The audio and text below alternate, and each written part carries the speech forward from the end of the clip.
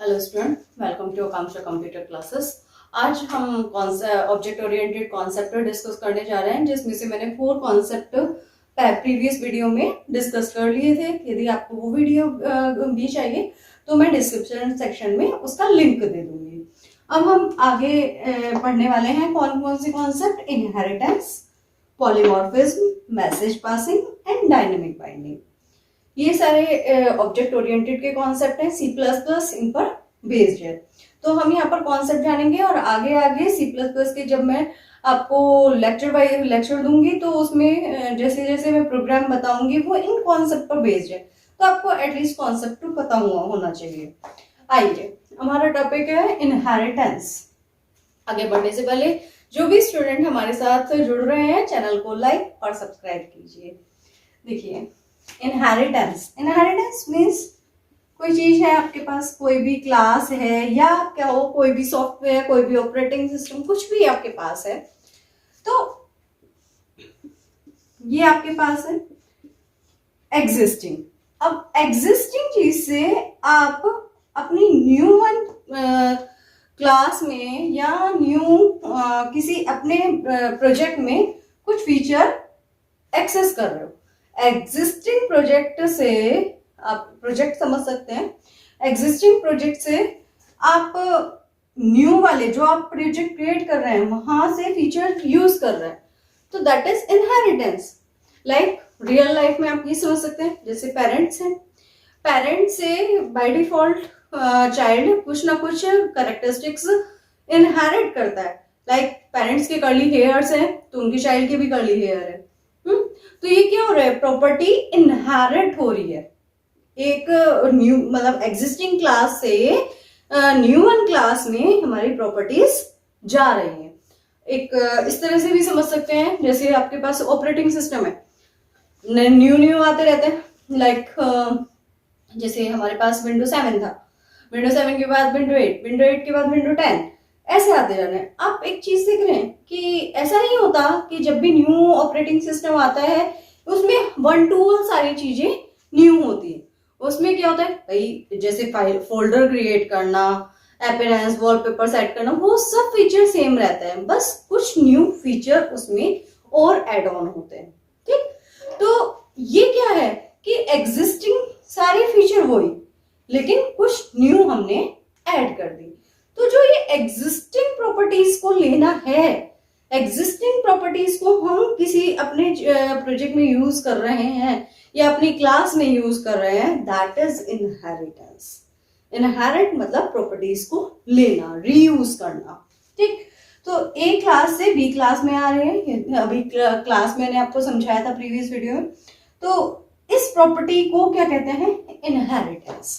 Right, फिर हमारे पास next topic है, नेक्स्ट कॉन्सेप्ट है पॉलीमॉर्फिज्म।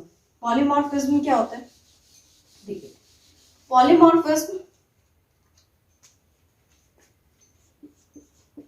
पॉलीमॉर्फिज्म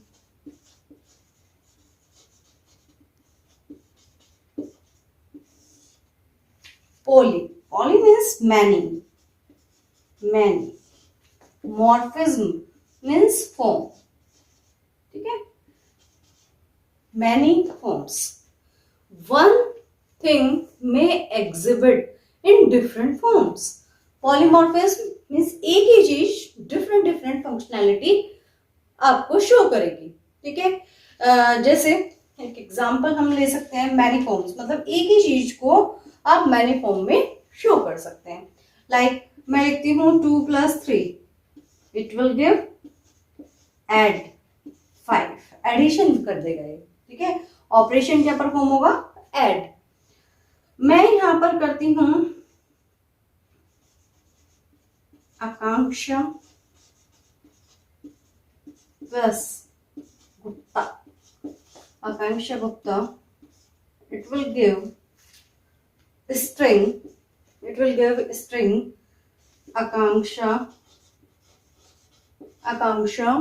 गुप्ता। राइट, तो यहां पर हमारा क्या हुआ, concatenation, that is called the concatenation. आपको पता होगा जब भी कोई दो स्ट्रिंग ऐड हो जाती है, मर्ज हो जाती है, उनको हम क्या बोलते हैं, कॉन्कैटिनेशन।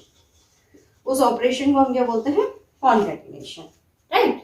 तो अब आप यहाँ देखिए, जब यहां पर ऑपरेंड्स, ऑपरेटर हमारा प्लस था लेकिन ऑपरेंड्स न्यूमेरिक वैल्यू थे, तो इसने हमें क्या दिया, ऐड, सम करके दिया। ऑपरेशन क्या परफॉर्म किया, सम। जब यहाँ ऑपरेंड्स स्ट्रिंग थे तो इसी प्लस ने हमें कॉन्कैटिनेशन करके दिया। है तो ऑपरेंड प्लस सेम, ए की प्लस प्लस ही है ना, ये साइन एक ही है लेकिन डिफरेंट ऑपरेशन परफॉर्म कर रहा है, ऐड कर रहा है और कॉन्कैटिनेशन कर रहा है, ठीक। तो ये चीज होती है पॉलीमॉर्फिज्म, ये कॉन्सेप्ट है पॉलीमॉर्फिज्म। C++ में जब हम आगे बढ़ेंगे तो आपको ये बार बार ये कॉन्सेप्ट देखने को मिलेगा कि एक ही चीज, एक ही सेम थिंग लेकिन डिफरेंट फॉर्म में हम उसे शो कर सकते हैं। एक ही ऐड फंक्शन का नेम है लेकिन वो डिफरेंट वेरिएबल्स को ऐड कर सकता है, वो डिफरेंट चीजों को ऐड कर सकता है। ये आपको C++ में देखने को मिलेगा। तो यहाँ पर मतलब आप एक ही चीज लेकिन डिफरेंट फंक्शनैलिटी, प्लस एक है लेकिन ऐड भी कर रहा है और कॉन्कैटिनेशन भी कर रहा है, ठीक है। तो ये हमारा होता है पॉलीमॉर्फिज्म। अब हमारे पास आता है मैसेज पासिंग। मैसेज पासिंग क्या होता है, देखिए जो मैसेज पासिंग है उसमें हमारे पास क्या होता है कि सिंपल मैसेज पासिंग की कम्युनिकेशन। हम क्या कर सकते हैं कि भाई किसी को मैसेज देना है तो मैं किसी को मैं उस यूजर के साथ बोल सकती हूँ, कन्वर्सेशन कर सकती हूँ। जैसे रियल वर्ल्ड में मुझे किसी से बात करनी है तो मैं क्या करूंगी, मैं उसको कुछ बोलूंगी, वो मेरे से कुछ बात करेगा, ठीक। तो ऐसे ही ऑब्जेक्ट ओरिएंटेड लैंग्वेज जो होती है वो रियलिटी पे बेस्ड है, रियल वर्ल्ड पर बेस्ड है। तो ऑब्जेक्ट भी आपस में कम्युनिकेट कर सकते हैं। ऑब्जेक्ट कुछ भी हो सकता है, बताया था मैंने आपको अपनी प्रीवियस वीडियो में कि कोई भी एंटिटी जो एग्जिस्ट करती है, ठीक। तो ये हमारा O1 O2 से कम्युनिकेट कर सकता है, O3 O4 से, जितने भी ऑब्जेक्ट हैं वो सब एक दूसरे से कम्युनिकेट कर सकते हैं, मतलब मैसेज पास कर सकते हैं। किस फॉर्म में करेंगे, फंक्शन। कोई फंक्शन है, इसमें हमने कुछ भी आर्ग्यूमेंट पास किया है, ये फंक्शन है, इसमें मैंने आर्ग्यूमेंट पास किया है, तो ये फंक्शन क्या होगा, ये फंक्शन मैसेज, ये फंक्शन मैसेज और ये आर्ग्यूमेंट इंफॉर्मेशन का काम करेगा। इंफॉर्मेशन, मैसेज में जो इंफॉर्मेशन है वो ये पास कर देगा। अब इसे O1 कॉल कर सकता है, यदि O1 को मैसेज सेंड करना है तो O1 इस फंक्शन को कॉल करेगा, मतलब इस मैसेज को पास करेगा विद सम इंफॉर्मेशन। इसे कोई भी रिसीव कर सकता है, जिसे उसे सेंड करना है वो उसे सेंड कर सकता है। तो मीन्स यहाँ पर बिटवीन डिफरेंट ऑब्जेक्ट हम कम्युनिकेट कर सकते हैं। एक ऑब्जेक्ट ने मैसेज पास किया, दूसरा उसे रिसीव कर सकता है। तो यहाँ पर ऐसे ये साइकिल चल सकती है कि हम आपस में एक दूसरे के ऑब्जेक्ट को कम्युनिकेट करा सकते हैं बाय यूजिंग फंक्शन। फंक्शन क्या है, मैसेज है। फंक्शन को ही हम क्या कहते हैं, मैसेज कहते हैं। और जो आर्ग्यूमेंट हम पास करेंगे वो क्या होंगे, एक दूसरे ऑब्जेक्ट के लिए इंफॉर्मेशन।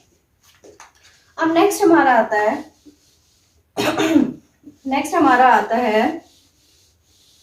नेक्स्ट हमारा है डायनेमिक बाइंडिंग। Dynamic binding